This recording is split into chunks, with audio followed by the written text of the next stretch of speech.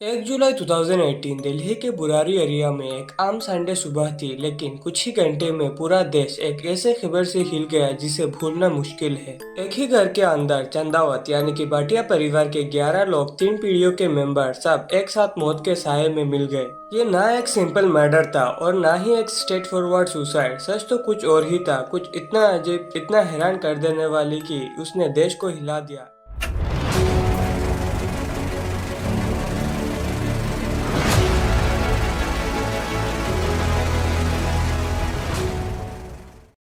चंदावत परिवार बिल्कुल नॉर्मल था। ग्राउंड फ्लोर पे उनका ग्रोसरी का शॉप और प्लेवुड का बिजनेस था। सब कुछ स्टेबल और सक्सेसफुल था। पड़ोसियों के हिसाब से ये कुछ रिलीजियस और रेस्पेक्टेबल फैमिली थी। बस 2 हफ्ते पहले ही उन्होंने अपनी बेटी प्रियंका की एंगेजमेंट सेलिब्रेट की थी। लेकिन 1 जुलाई की सुबह उनके पड़ोसी गुरचरण सिंह को कुछ अजीब लगा। शॉप 5:30 तक खुली नहीं थी। तब वो घर गए, दरवाजा खुला था और अंदर गए। उन्होंने अंदर जाकर जो देखा उसने पूरी कॉलोनी का खून जमा दिया। चंदावत फैमिली के 10 लोग एक सर्कल में घर के कोर्टयार्ड में लटके हुए मिले। उनके आंखों पर पट्टियां बंधा हुआ था, मुंह पर टेप और हाथ पर बंधे हुए थे। जो घर की 11वीं मेंबर थी, वो घर के अलग कमरे में उनका गला घुटा हुआ मिला। सीन इतना शौकीन था कि पहले सभी को लगा यह किसी ने मर्डर किया है, लेकिन न कोई फूड सेंट्री, न वैल्यूएबल चीजों की चोरी और पोस्टमार्टम में स्ट्रगल का कोई साइन भी नहीं मिला। पुलिस समझ गई जवाब घर के अंदर ही है और फिर मिला 11 डायरीज।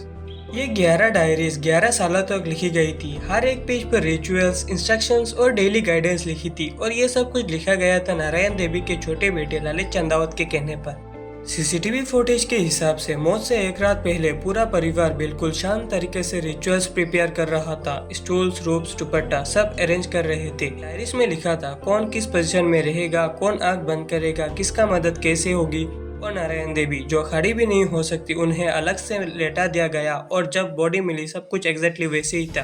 2007 में जब उनका पिताजी भोपाल सिंह की डेथ हुई तब ललित बदल गए। उन्होंने कहना शुरू कर दिया कि उनके पिताजी का आत्मा उनके थ्रू बात करती है और उन्हें ऊपर से इंस्ट्रक्शन मिलता है कि कैसे परिवार मुक्त हो पाएगा। सबसे ज्यादा हैरान करने वाली बात यह है कि डायरीज में कहीं भी सुसाइड शब्द का इस्तेमाल किया ही नहीं गया। फैमिली को लगता था ये एक रिहर्सल है, एक स्पिरिचुअल रिचुअल जहां उनका पिताजी का आत्मा आकर सबको बचाएगी।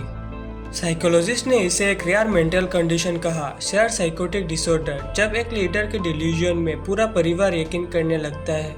ललित ने पहले ही एक एक्सीडेंट में अपनी आवाज खो दी थी और उसके बाद से वो इमोशनली डिस्टर्ब रहता था। उसके दुख, ट्रॉमा और फेथ के बीच पूरा परिवार उसके भ्रम में फंस गया। और ललित के घर के बाहर 11 पाइप्स लगे हुए थे, वो भी किसी सिंबॉलिक बिलीफ का हिस्सा था।